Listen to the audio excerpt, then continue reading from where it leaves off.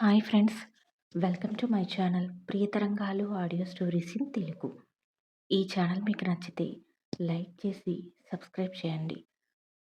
Hype చేసి comment కూడా ఇవ్వండి. రుద్రాక్ష పార్ట్ 47. లైబ్రరీలో కూర్చున్న రామకృష్ణ గారు ఆలోచిస్తూ ఉంటారు. మనసులో ఎంతో కంగారుగా ఉన్న బయటికి తెలియనివ్వరు ఆయన. ఎందుకంటే తన ఒక వ్యక్తి పూర్తిగా గమనిస్తున్నాడు అని తెలుసు కనుక. అనూప్ చెప్పి వెళ్ళిన దగ్గర నుండి రోజు అతనికి తెలియకుండా గమనిస్తూనే ఉన్నారు. అనూప్ చెప్పింది నిజం. అతను ఇక్కడికి వస్తుంది తనని గమనించడానికి మాత్రమే. అందుకే మామూలుగా వచ్చి పని చేసుకుని వెళ్ళిపోయేవారు. ఈరోజు మరింత అలజడిగా ఉంది ఆయనకి. అమావాస్య ఇక 2 రోజుల్లోకొచ్చింది. ముందుగా వస్తాను అన్న అనూప్ ఇంకా రాలేదు. అనూప్ వస్తాడా? కాపాడతాడా? అనుకుంటూ బెంగ ఎక్కువవుతోంది ఆయనకి. మరికొద్ది రోజులు తన వాళ్ళతో బ్రతకాలి అని ఉంది. అప్పుడే ఈ లోకాన్ని విడిచి వెళ్ళాలి అని లేదు ఆయనకి. అనూప్‌కి కాల్ చేయాలి అనిపిస్తుంది. కానీ తను ఎప్పుడూ వాడే మొబైల్ నుండి కాల్ చేయవద్దని, మీ ఫోన్ ఖచ్చితంగా ట్యాపింగ్‌లో ఉంటుంది అని పోయినసారే వచ్చినప్పుడు చెప్పడంతో, తన దగ్గర ఇప్పుడు రెగ్యులర్‌గా వాడే మొబైల్‌లోనే ఉండడంతో కాల్ చేయరు. అనూప్ ఇచ్చిన సిమ్ వేరే మొబైల్‌లో వేసుకుంటారాయన. ఆ ఫోన్ ఇంటి దగ్గర పెట్టి వచ్చేస్తారు. సాయంత్రం ఇంటికి వెళ్ళి కాల్ చేయాలి అనుకుంటారు. రాజమండ్రి ఎయిర్‌పోర్ట్‌లో దిగి ఫార్మాలిటీస్ పూర్తి చేసుకొని బయటికి వస్తారు ముగ్గురు. క్యాబ్ మాట్లాడుకొని కాకినాడ బయలుదేరతారు.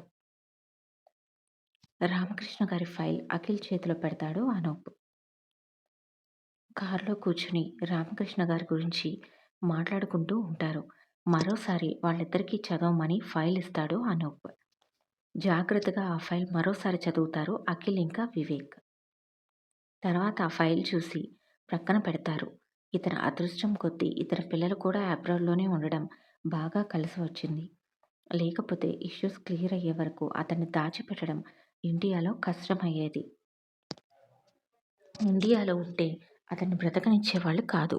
అందుకే ముందుగానే ఇక్కడ అతనికి సెక్యూరిటీగా పెట్టిన మనుషులతో ఆ భార్యాభర్తల సంతకాలు తీసుకొని, వాళ్ళిద్దరివి ఫ్లైట్ టికెట్స్, ఇంకా వీసా ప్రాసెస్ అంతా క్లియర్ చేయించాను. డబ్బులుంటే పనులు తొందరగా అయిపోతాయి. అలాగే అంతా పూర్తి చేయించేశాను. ఇక్కడ వీళ్ళని కాపాడిన మరుక్షణం చంద్రకాంత్ గారిని ఎలా అయితే ఫ్లైట్ ఎక్కించామో వీళ్ళని కూడా అలానే ఎక్కించాలి. మనతో పాటుగా హైదరాబాద్ వస్తారు. అక్కడి నుండి వాళ్ళని మనం ఫ్లైట్ ఎక్కిస్తాం. వాళ్ళ పిల్లల దగ్గరికి హ్యాపీగా వెళ్ళిపోతారు. వాళ్ళిక్కడి నుండి దూరంగా వెళ్తేనే ఏ ప్రాబ్లమ్ లేకుండా సేఫ్‌గా ఉండగలుగుతారు. చంద్రకాంత్ గారికి కూడా ఇప్పటి వరకు ఏ ప్రమాదం లేదు. ఆయన మీద ఏ రకమైన అటాక్ కూడా జరగలేదు. దీన్ని బట్టి నాకు అర్థమైంది అదే. ఎవరు టార్గెట్ చేస్తున్నారో కానీ వీళ్ళిద్దరూ ఇండియాలో ఉంటేనే వాళ్ళకి ప్రాబ్లమ్. ఇండియా దాటి వెళ్తే వాళ్ళకి వీళ్ళు ఎక్కడున్నా అనవసరం. అదొకటి నాకు బాగా అర్థమైంది. అందుకని ఈ పని అయితే వెంటనే రామకృష్ణ దంపతులను కూడా ఈ దేశం దాటిద్దాం. సరే అంటారు మిగతా ఇద్దరు. కానీ ఈసారి వాళ్ళ పిల్లలతో మాట్లాడటం అది ఏమీ వద్దు. రామకృష్ణ గారు అంతా చూసుకుంటారు. డైరెక్ట్ అతనికి చెప్పేసి ఫ్లైట్ ఎక్కిచ్చేయడమే. కాకపోతే ఆయన దిగిన తర్వాత ఒకసారి వాళ్ళ అబ్బాయితో మాట్లాడితే సరిపోతుంది. అంతా వాళ్ళు చూసుకుంటారిక. మొదటిసారి అంటే చంద్రకాంత్ గారి అబ్బాయి అవినాష్‌తో అంతా వివరంగా చెప్పాల్సి వచ్చింది.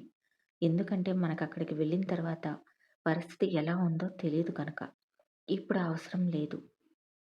మిగతా ఇద్దరూ ఆ పనే చేద్దాము అంటూ అనూప్‌తో ఏకీభవిస్తారు. ఒకసారి కమిషనర్ గారితో మాట్లాడదాం.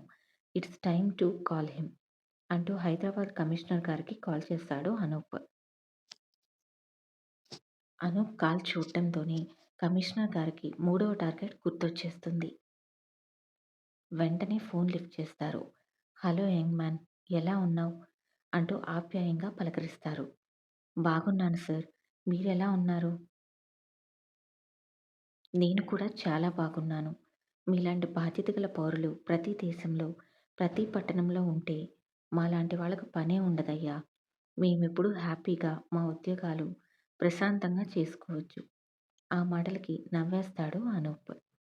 ఇంతకీ ఏంటి ఈరోజు ఫోన్ చేశావు? అతడి మూడవ టార్గెట్ గురించి ఏమైనా ఇన్ఫర్మేషన్ తెలిసిందా? దాన్ని డీకోడ్ చేయగలిగావా? Yes sir. డీకోడ్ చేయగలిగాను.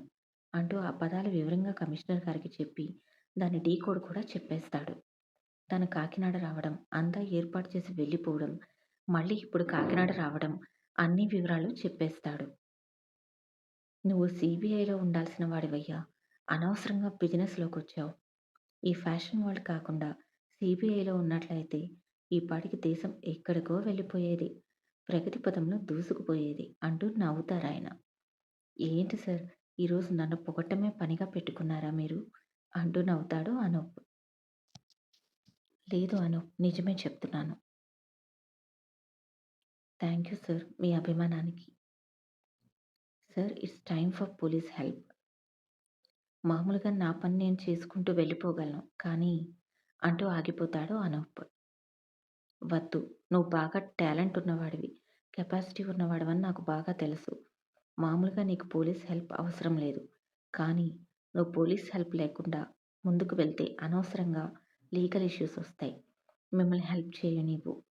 మమ్మల్ని హెల్ప్ చేయనివ్వు. నీలాంటి ముఖ్యమైన పర్సన్ మాకు చాలా అవసరం. అంతకంటే ముందు ఈ దేశానికి కూడా అవసరమే. ఇంతకీ ఇప్పుడు ఈ పరిస్థితి ఏంటి? మేమేం చేయాలి? నా హెల్ప్ ఎక్కడ కావాలి? అంటూ కమిషనర్ గారు అడుగుతారు. తను ఏం చేయాలనుకుంటున్నాడు అనేది, తనకేం కావాలో అంతా వివరంగా చెప్తాడు అనూప్. పోలీస్ హెల్ప్ కూడా కావాలి సార్ అంటూ అడుగుతాడు. తప్పకుండా నేను ఆ జిల్లా ఎస్పీతో మాట్లాడతాను. నీకు ఆ ఏరియాలో ఉన్న పోలీసుల హెల్ప్ తప్పకుండా దొరుకుతుంది. ఇంకో ముఖ్యమైన విషయం ఏంటంటే, నీ ఫ్రెండ్ అజయ్ కూడా ఇప్పుడు రాజమండ్రి వచ్చాడు.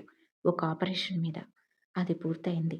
అతను ఈరోజు సాయంత్రం ఫ్లైట్‌కి హైదరాబాద్ బయలుదేరదామని టికెట్ బుక్ చేసుకోబోతున్నాడు. ఎలాగో వచ్చాడు కదా! నీకు హెల్ప్‌గా ఈ 2 డేస్ అక్కడే ఉంచుకో. అందరూ కలిసి ఆపరేషన్ సక్సెస్‌ఫుల్‌గా పూర్తి చేయండి. నేను అజయ్‌తో మాట్లాడతాను.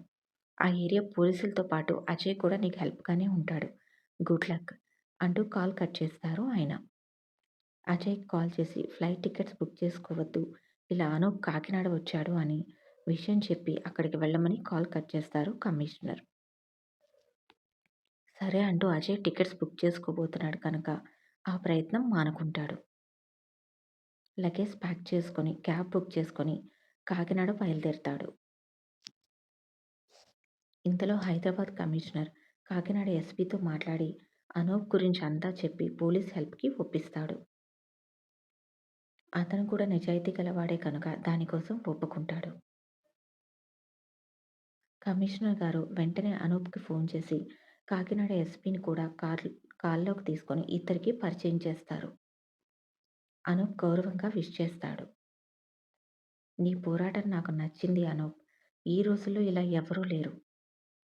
జగదేక వీరుడవన్నమాట. జగదేక వీరుడవన్నమాట. నేను తప్పకుండా హెల్ప్ చేస్తాను అంటూ వివరాలు అడగగానే అంతా చెప్తాడు అనూప్. ఓకే. ఆ రోజు మధ్యాహ్నం నుండి పోలీసులు నీకు అందుబాటులో ఉంటారు. గుడ్ లక్ అని చెప్పి కాల్ కట్ చేస్తారు ఆయన. అనూప్ హైదరాబాద్ కమిషనర్‌కి కూడా థాంక్స్ చెప్పి కాల్ కట్ చేసేస్తాడు. కార్‌లోనే కూర్చొని అరగంటలో అంతా సెట్ చేసిన అనూప్‌ని ఆశ్చర్యంగా చూస్తారు వివేక్ ఇంకా అఖిల్. గంటన్నర తర్వాత కాకినాడలో దిగుతారు ముగ్గురు. రామకృష్ణ గారి ఇంటికి దగ్గరలో ఉన్న ఒక హోటల్ రూమ్ బుక్ చేసుకుంటారు. ఎలా అయితే చంద్రకాంత్ గారి ఇంటి దగ్గరలో బుక్ చేశారో అచ్చు అలాగా. ఇంకా లైబ్రరీకి దగ్గరలో ఉన్న ఒక హోటల్‌లో రూమ్ కూడా బుక్ చేసుకుంటారు. ఎందుకంటే వాళ్ళు హత్య చేయబోయేది సాయంత్రం సమయంలో 5 గంటల తర్వాత కనుక. ఆ టైంలో ఆయన లైబ్రరీలోనే ఉంటాడు కనుక. సాయంత్రం ఇక్కడ ఉండాలి కనుక ఇక్కడ బుక్ చేస్తారు. 2 చోట్ల కూడా ఉండాలి అని గట్టిగా డిసైడ్ అవుతాడు. ఎట్టి పరిస్థితుల్లో కూడా రామకృష్ణ గారి సేఫ్టీ ముఖ్యం ఆయనకి. ఆయన్ని కాపాడి దేశం దాటిస్తేనే మిగతా విషయాల మీద ఫోకస్ చేయగలను అని కూడా స్థిరంగా నిర్ణయం తీసుకొని అలా బుక్ చేస్తాడు. ముందుగా లైబ్రరీ దగ్గర ఉన్న హోటల్ రూమ్ చేరుకుంటారు. అది మరీ ఎదురుగా కాకుండా లైబ్రరీకి ఒక 10 నిమిషాల దూరంలో ఉంటుంది. అందరూ రూమ్‌కి వెళ్ళి జర్నీ కావడంతో ఫ్రెష్ అయ్యి రెస్ట్ తీసుకుంటారు. భోజనం చేసి కొద్దిసేపు నడుం వాలుస్తారు. కానీ నిద్ర మాత్రం ఎవరికీ పట్టదు. ముందు టార్గెట్ ఉంటే కంటి మీద కునుకు ఏం పడుతుంది? అవతల ఉంది ఒక మనిషి ప్రాణం. ఈ స్టోరీ నచ్చితే సబ్స్క్రైబ్ చేయండి ఫ్రెండ్స్.